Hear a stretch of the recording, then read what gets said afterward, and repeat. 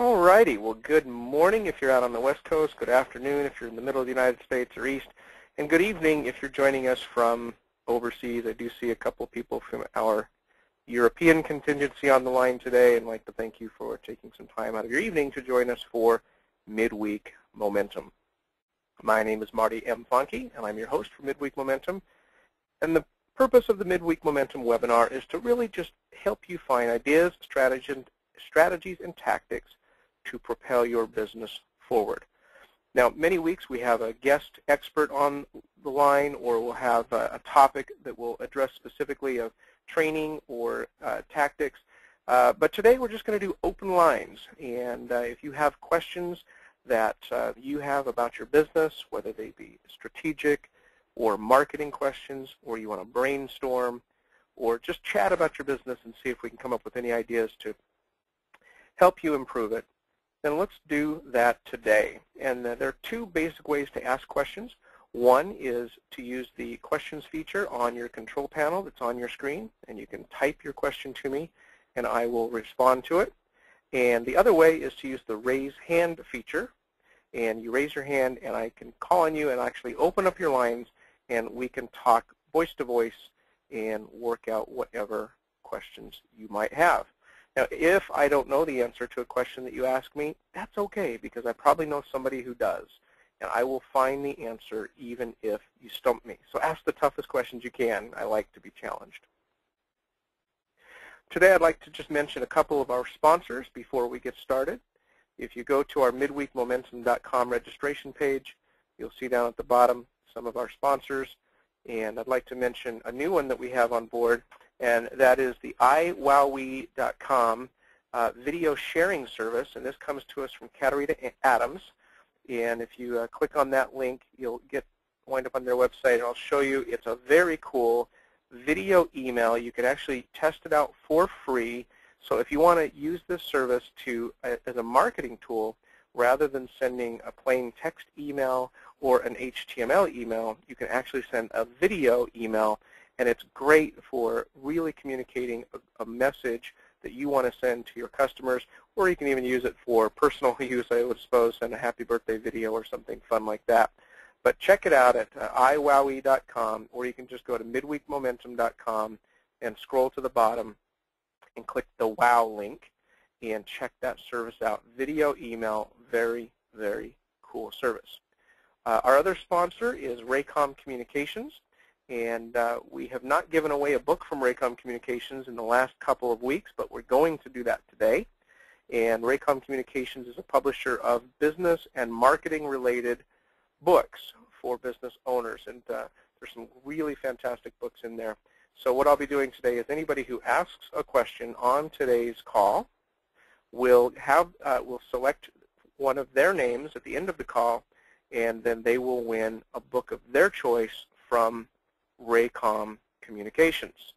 So be sure and ask a question so that you can qualify to win a book. If you're on the line and you already have won a book from Raycom Communications, don't let that stop you from asking a question.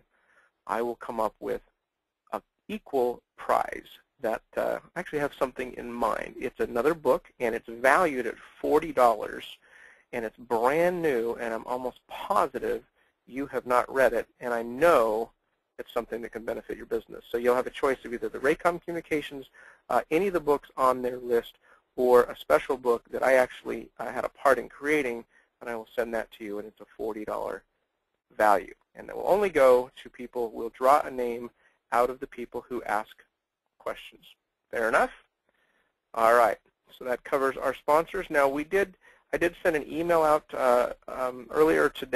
yesterday, and asked for anybody that had questions to go ahead and submit them early. And I did get a few people who did that. I want to thank each and every one of you for doing so. So we'll start with those questions. They were the first ones to submit, and so we'll go with those, and then we will open up to other questions as we receive them. So go ahead and type in your questions or click the raise hand, and we'll get to those. So our first question comes from Rita, and Rita's website is choosehealtheatnatural.com, choosehealtheatnatural.com, And here's Rita's situation, and it's so timely. She said, I have an offer on my website, but if they buy, and I tried to test it myself, and I got nothing, and I need to figure out what's wrong. Can you help me? So Rita, the answer to your question is, I hope I can help you. I will not be able to go into your dashboard or the back operations of your site, but we'll look at the front part of your site to see if we can identify what's going on. But before I do that, I want us to stress the importance of testing all of the processes that you have on your websites. I actually just set up a website. We're working on it today for a great big webinar that we're conducting soon. And it turns out we thought we had everything put together, but the one thing that we found out we were missing was the autoresponder had not been updated. Everything on the website, the registration, the payment processing, everything was perfectly fine. But then the autoresponder, when it hit the email box, was the wrong autoresponder. So there are a lot of little details that go into conducting a transaction online, and you've got to make sure you're checking them all. So I want to first talk about testing your site. So whether you have an email opt-in that you're just trying to do a newsletter sign-up or a free bonus or something like that, test it and make sure it works, and have others test it and make sure it works as well, because websites can act differently if you are the owner of the website and you have certain cookies on your website. If you've been there before, sometimes they'll act a little bit different. So have somebody on a different computer in a different location test it and make sure all the processes are working. And if you're selling something, absolutely test it. You want to know that the offer or the landing page is working properly. You want to know that the financial transaction works properly so that it's easy for people to give you money. And then you want to make sure that whatever the product or service is that's after the financial transaction is actually being delivered. So Rita, I'm going to take a look at your website really quick, and we're going to go to the offer page. And let's see here. This is for health advocates, raw food lovers, and those of you who want to live healthier. All right, and so we take a look. We've got a standard long sales letter offer page. And I see a Buy Now button, and this is for a $1 guide called Easy Steps to Jumpstart You on a Health Plan That Works. Sounds like a great guide. I'm going to click the Buy Now button. So the first thing we'll test is, is there a way to conduct the financial transaction? And it's going to open up. Looks like you're using PayPal. And the first thing I see right here is it says Test Product in the description.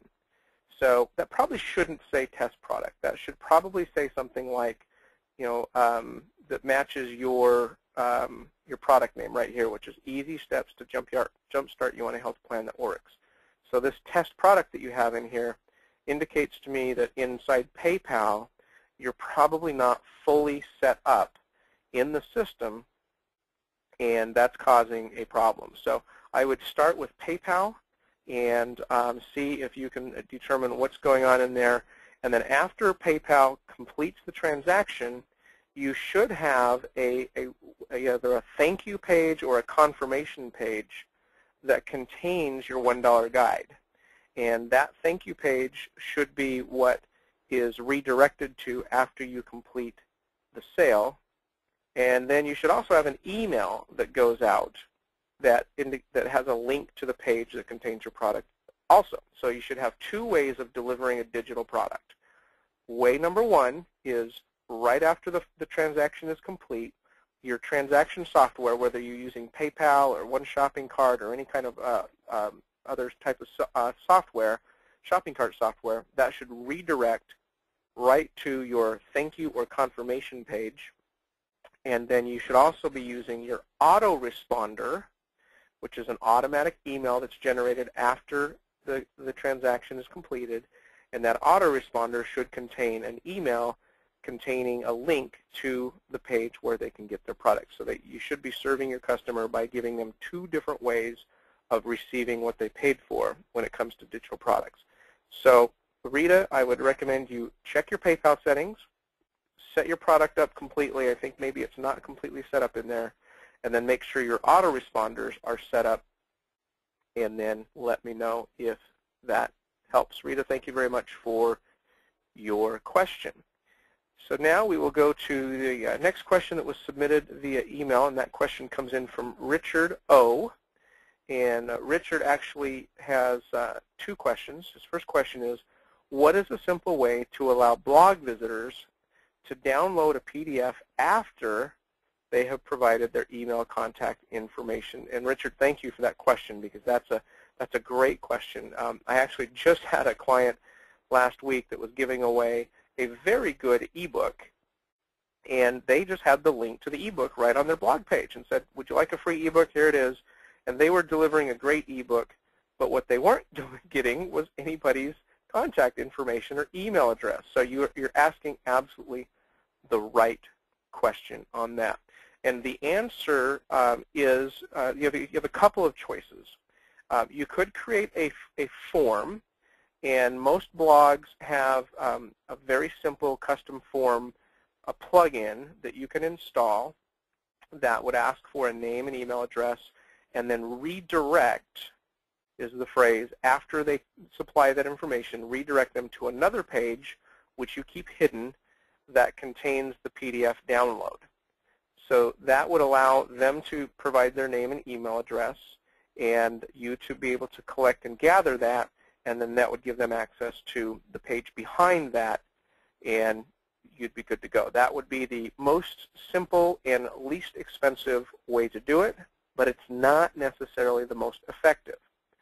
The most effective way to do this would be to set up an autoresponder, and I'll use that term again. It's just like Rita's product, where she had a purchase and she wants to deliver the product. You need to have the exact same system set up with your with an autoresponder to deliver free items like a PDF or a digital download of a recording or a video or something along those lines. For autoresponders, there are a couple of different options out there that I like. Aweber is one, and they have. If you're not doing commerce, I like Aweber quite a bit. It's a very good system. It works well. It's not too expensive, and it really delivers a great value for autoresponders. Another autoresponder system is iContact, and then another one is Constant Contact. So those are three options for doing email marketing and autoresponder marketing that I would recommend you use to keep your list all in one place. Because if you use the form option on your blog, the problem is it just it'll send you an email every time somebody subscribes, but then what do you do with it? You have to try and manually create some sort of an email list, and there's no official opt-in. You're really not legally compliant with opt-in rules and regulations, etc. And using iContact or Aweber or Constant Contact is the third one. Those are the three that I recommend you take a look at. Now, I recommend those three only if you don't plan on doing e-commerce online, selling products or services directly online. I think all three of those are great. But if you are planning on integrating commerce into it, I have a favorite product that I use, and that is it's actually a version of One Shopping Cart. And if you check out oneshoppingcart.com, you can see that what that is an integrated commerce platform, and it allows you to have marketing and autoresponders and email services, but it also integrates shopping cart software so that all of that is tied together so that you can actually process orders and payments and receive money, and it's all tied up in one really nice service, and it works really, really fantastic. Now, One Shopping Cart does have an affiliate program, and I'm an affiliate of One Shopping Cart. And so you could go to oneshoppingcart.com and you could sign up for their free trial or even buy their service, and that's good. You're perfectly fine to do that. However, if you're interested in having me give you 30 minutes of free coaching and consulting on setting up your shopping cart, you can purchase your One Shopping Cart through me, through my affiliate link. I will earn a very small commission, but in exchange, I will give you 30 minutes of consulting and setup to get you going down the road and using your One shopping cart. So if you're interested in one shopping cart or an all-in-one e-commerce and marketing solution, just send me a quick note and I will send you my affiliate link. If you sign up, I will get a notice and we will set up your 30-minute free consultation. Okay, so hopefully that helps to answer your question on that, Richard. And I think we've covered that pretty well. And we're getting a bunch of questions coming in on both hands raised and through the text feature. So the first hand that I saw go up was from Karen. I'm going to go ahead and bring you on the line, Karen. And then we've got a message that was sent in from Leslie, and we'll take care of Leslie's question in just a moment. So Karen, let me open up your lines. And hi, Marty. We're live. Hi, Hi, Karen. Marty. How are you? Great. Karen from Florida. I recently split my website into 2 pieces, and I'm trying to figure out a strategy for the best way to maintain both. And I understand that YouTube and Facebook, I can have 2 different personas. I can have 2 channels, 2 different fan pages. How do you handle that in Twitter and other forms? How do you, when they're kind of different targets or different niches, how do you split yourself? Well, if they're truly 2 completely separate entities and they're going to be appealed to 2 completely separate audiences, you do the same thing with Twitter that you would do with YouTube or with Facebook. You can you can set up 2 different Twitter names and run them as 2 different accounts. You can set up 2 different Facebook fan pages and run them, completely separate. 2 different YouTube accounts, and everything is just separate. One of the advantages of doing that, of course, is that you're identifying directly with your niche, and the customers that are in one may not necessarily be customers of the other, and so you're keeping your marketing and prospecting efforts laser focused on the audience that's most likely to buy from you. The downside is it's going to take you twice as much time because you're going to have to manage 2 websites, 2 blogs, 2 Twitter accounts, 2 YouTubes, etc. So be sure and be thinking very hard about whether you have the resources to make that happen before you go too far ahead. But if you do have those resources as far as time or an assistance from a team, then by all means go for it. But yeah, you can set up 2 different Twitter accounts. You have to use 2 different email addresses. So but each of your websites should have its own domain name and email addresses anyway, so that shouldn't be a problem. Yes. Okay. And yeah, just have a split personality. And the other thing I would recommend is putting the hat on for one business and focusing exclusively on that for a period of time during your day. So what I've found works best is I like to give, say, 45 minutes or an hour and only focus on one aspect of my business. And that's it. I'm just going to do that for that 1 hour. And then I stop, and then for the next hour I focus on another aspect or another one of my businesses or another client. And whenever I try and do kind of all of them at once, I wind up doing a really bad job of what I should be doing. So highly recommend you focus your energy on one at a time throughout the day, and that'll make you much more effective. Great. Thank you so much, Marty. Great input. You're welcome, Karen. Anything else? No, that's it. All righty. Well, we will jump over to our text questions, and we will see what we've got. This is a long question. Hang on here. Okay. So Leslie has several questions, and we're gonna see if we can tackle one anyway for right now, and then we'll see if we can circle back to some others. Has a product been on the market for over 5 years, doing great and has mass appeal, an inventor and have a patent pending, which we've been waiting on for over 3 years. Yeah, that patent's going to take a long time. Question is, since there is such a need for my product, competitive products have surfaced. This is very frustrating, but we have persevered and happy to say our product is still a superior product out there. One main product, let's see, okay. Hang on, I got to get to the question. Try and get to the question here. This is really long. Do we send a cease and desist? Okay, so somebody has come out with the competitive products were inferior, but now one of the competitive products is really close. That's a new version, and it's very, very similar. what should we do while we're still waiting for the patent to be issued? Okay. This is a big question, and it's.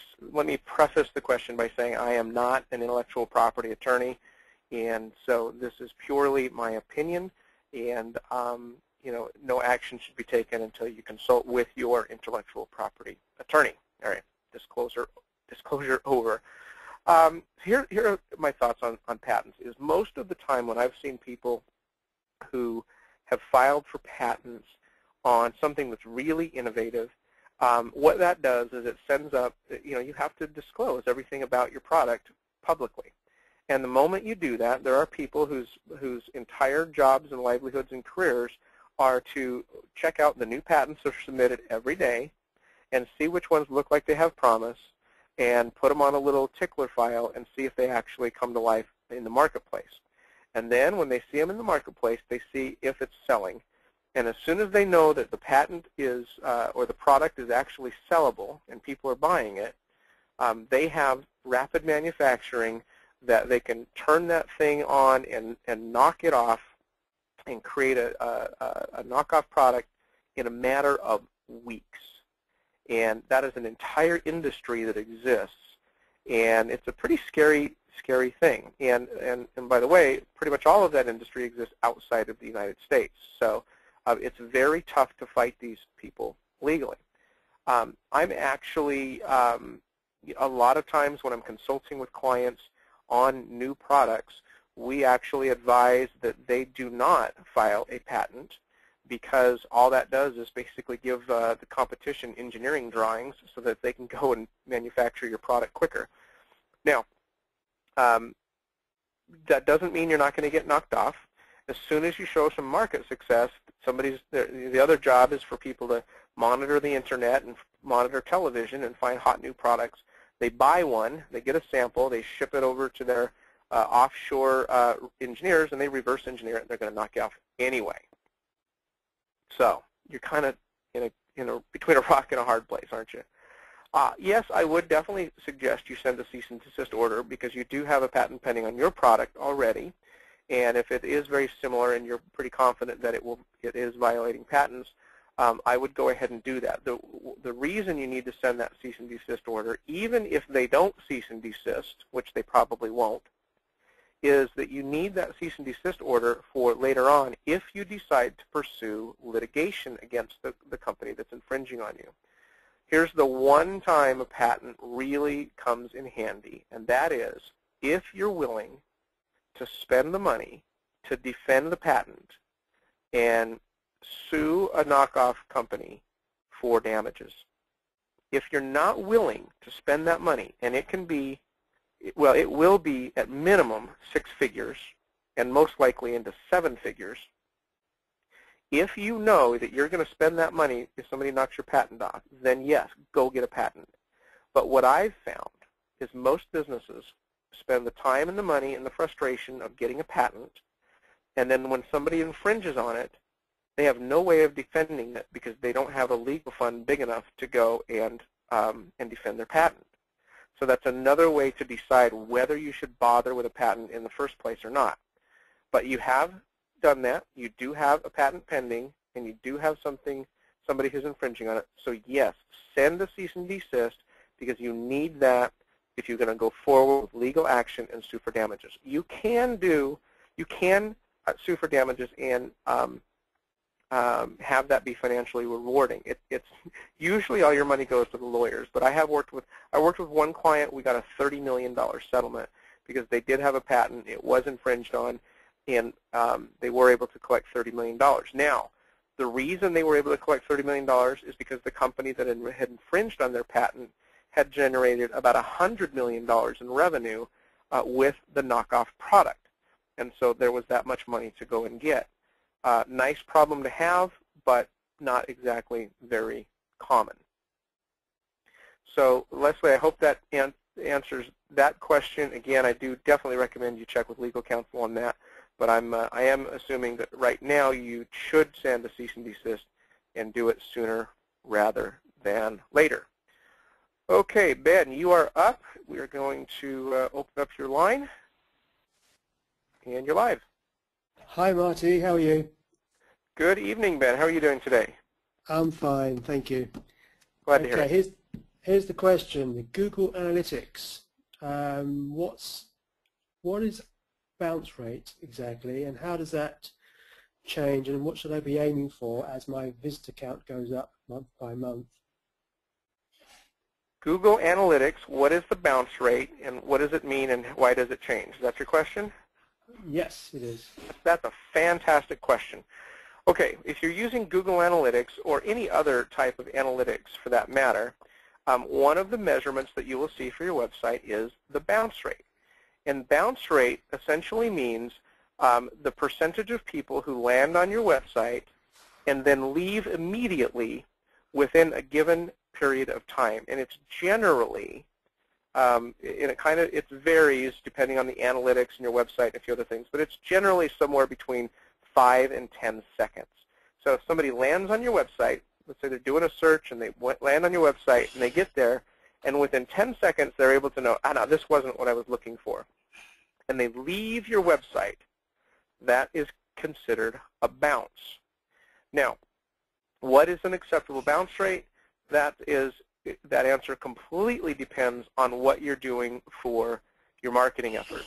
You'll generally see much lower bounce rates for landing pages that are driven by another media that's clearly explaining what it is that the destination of the page is, and you'll see much higher bounce rates with search engine traffic. If that's the majority of your traffic, you'll see higher bounce rates because people tend to be on search engines, and they tend to click on 4 or 5 or 6 websites as they're searching for something, and they tend to land on it, take a quick glance, and bounce off of it if it's not what they were looking for. So if your primary form of traffic is search engines, then your bounce rate is going to be higher.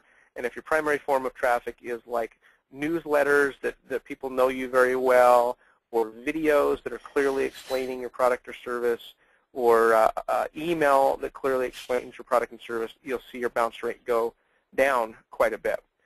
One of the strategies that you can use to reduce your bounce rate is to make sure that at a glance, a person who lands on your website can tell what it is that they're there for. So if you take a look at my screen right now, you'll see for the Midweek Momentum page, the first thing you see in big letters, ideas, strategies, and tactics to propel your business forward. Now, if for whatever reason you landed on that website and you were seeking information on, how to feed your pet healthy, you would know instantly you're in the wrong place, right?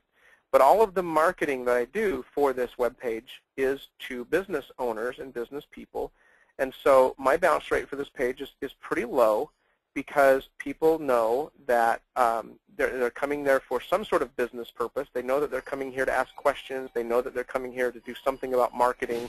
They at least have a general idea. So right in big headlines, I let them know kind of what it is you can expect here. And then I have them self-identify. So who is my target audience? It's business owners, marketing professionals, entrepreneurs, coaches, consultants, etc. So oh, that's me. Okay, I'm going to keep reading. So if you're in my target audience, you know immediately that I'm talking to you.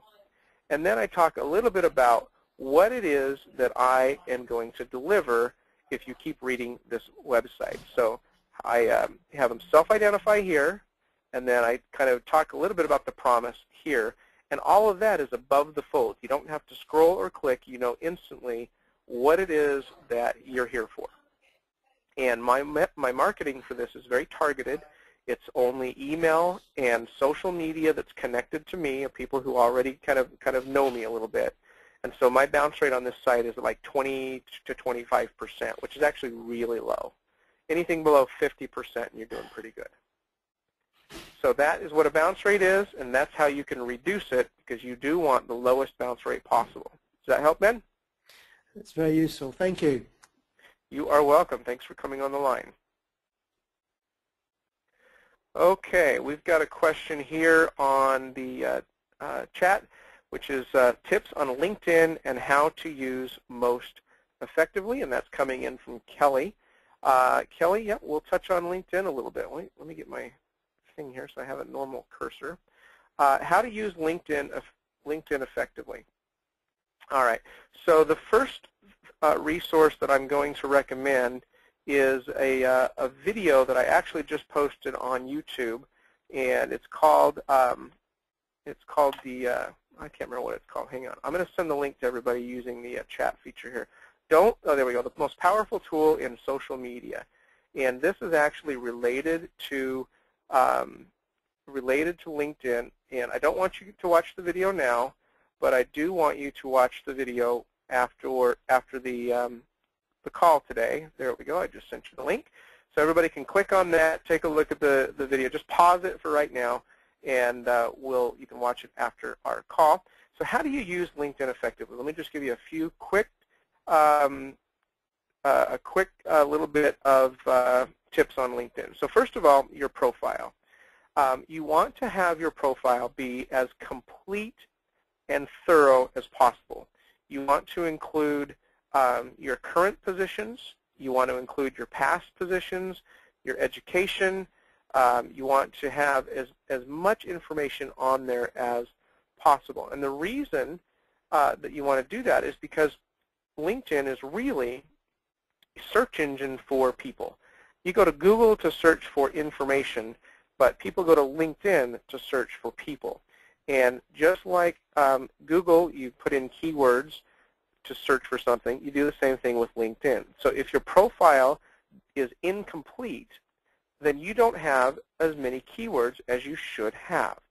So it's very important for you to completely fill out your profile with as many keywords as you can and as thorough as you can. So that's tip number one on using LinkedIn, is have a complete profile. Tip number two is you want as many quality connections as you possibly can have. Now, I am not of the mindset that you want as many connections as you can have, period. I do know some people like that, and they have thousands and thousands of LinkedIn connections. And frankly, they don't know any of those people, and they really aren't able to leverage them in any way or be useful to them in any way. So I go for quality connections. It's interesting to me, I have about 1,000 LinkedIn connections.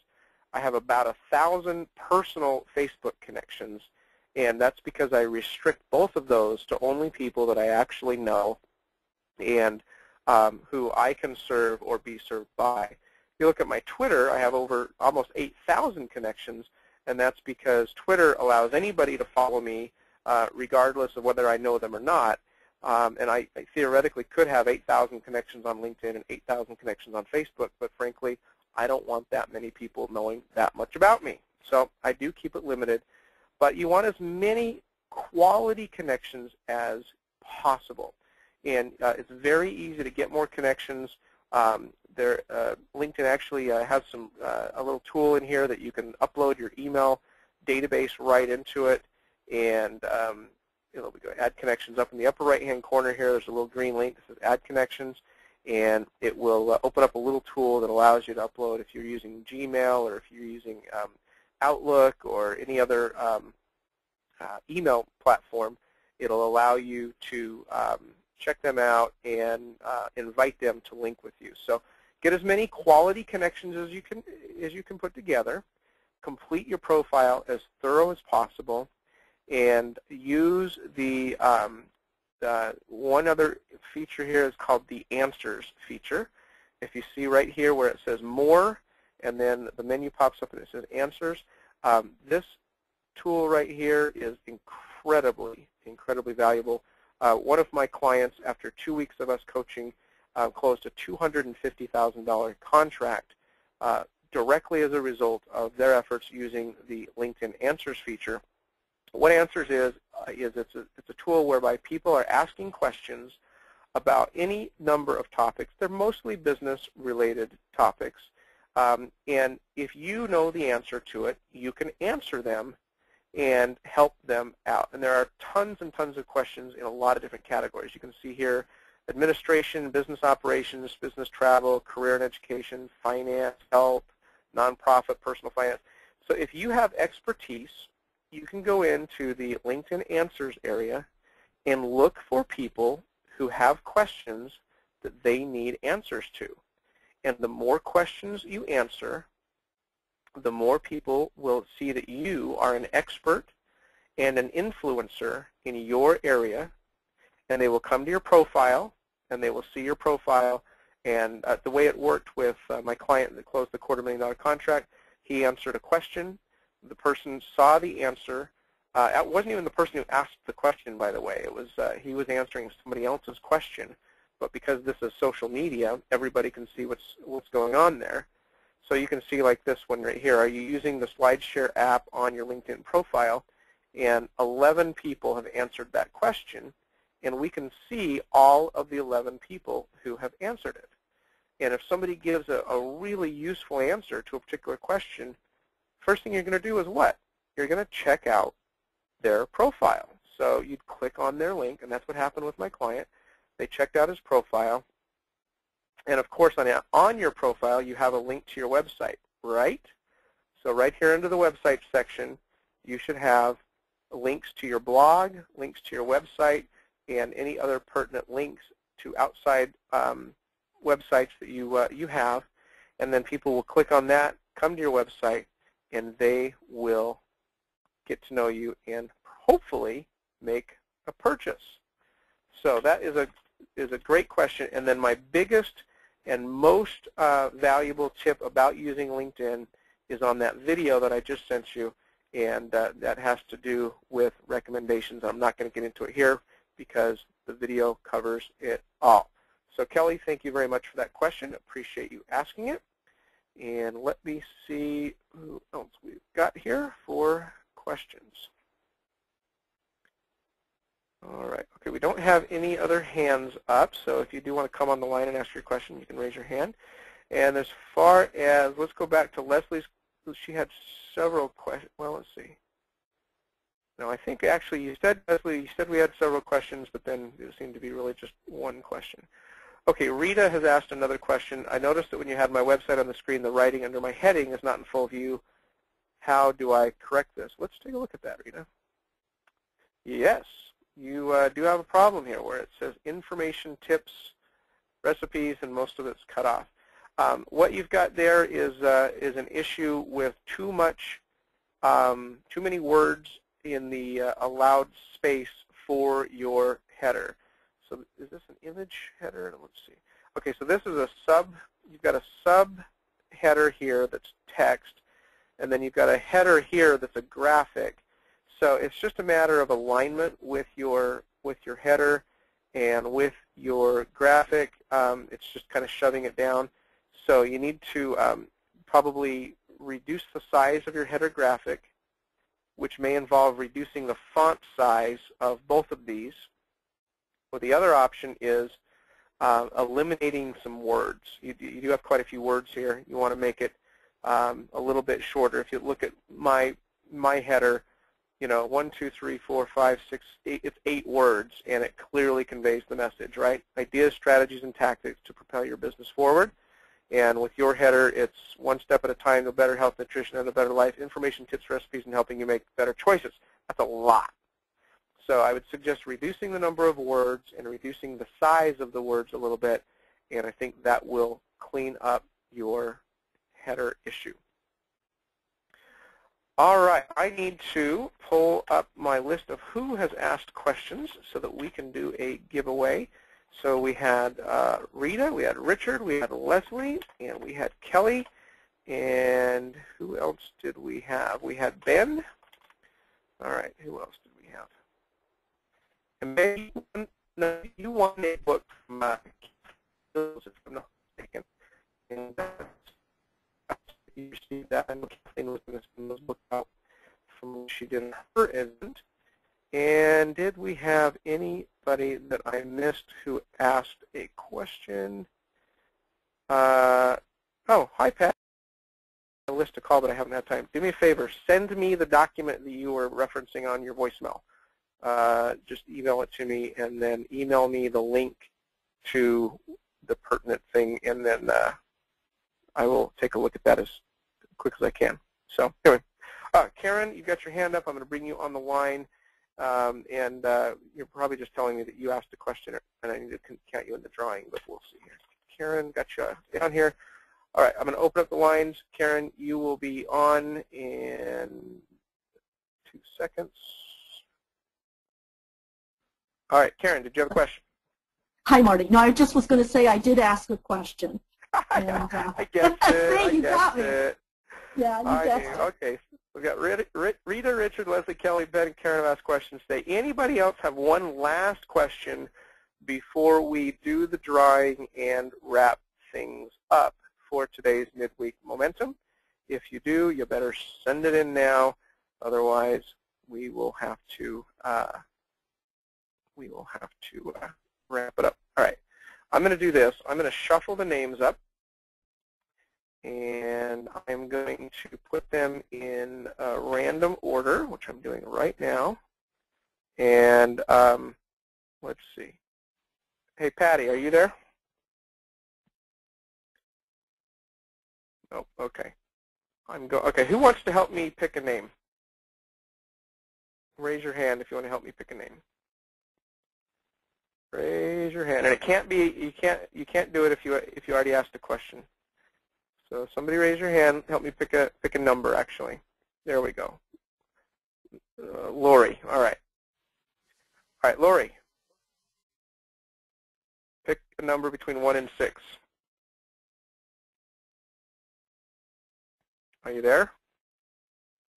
Okay. Did we lose audio again? Lori, I think you're still having audio issues. I know you had that problem earlier. So you very quickly adapted and sent me a chat note with the number 4 on it. And that is 1, 2, 3, 4, and that is Karen. So Karen, you are the winner of a book today from Raycom Books. If you've already won a book from Raycom, then I have an alternate book for you, so you just need to let me know. Either way, send me a quick email and let me know if you've not won a book from Raycom Communications. Send me an email with your mailing address and which book you would like. And if you have won a book from Raycom Communications, just send me your email and I will send you a special book that I have in mind for you. And with that, we are going to wrap up today's midweek momentum call. It's been fun. Thank you, everybody, for engaging and asking lots of questions, and really great questions at that. I really have fun doing these. Now, we will not be doing a midweek momentum call next week, so no call next week. Okay, Lori, you really want to come on the line, so I'm going to open up your line one more time and see if it works. Okay. Hang on. Okay, Lori, are you there? Okay. So that's 3. You're 0 for 3 now with me, Lori. So we got to get your computer working right with the microphone, bud. All right. So again, just a little housekeeping. There will not be a midweek momentum call next Wednesday, which is June 6th.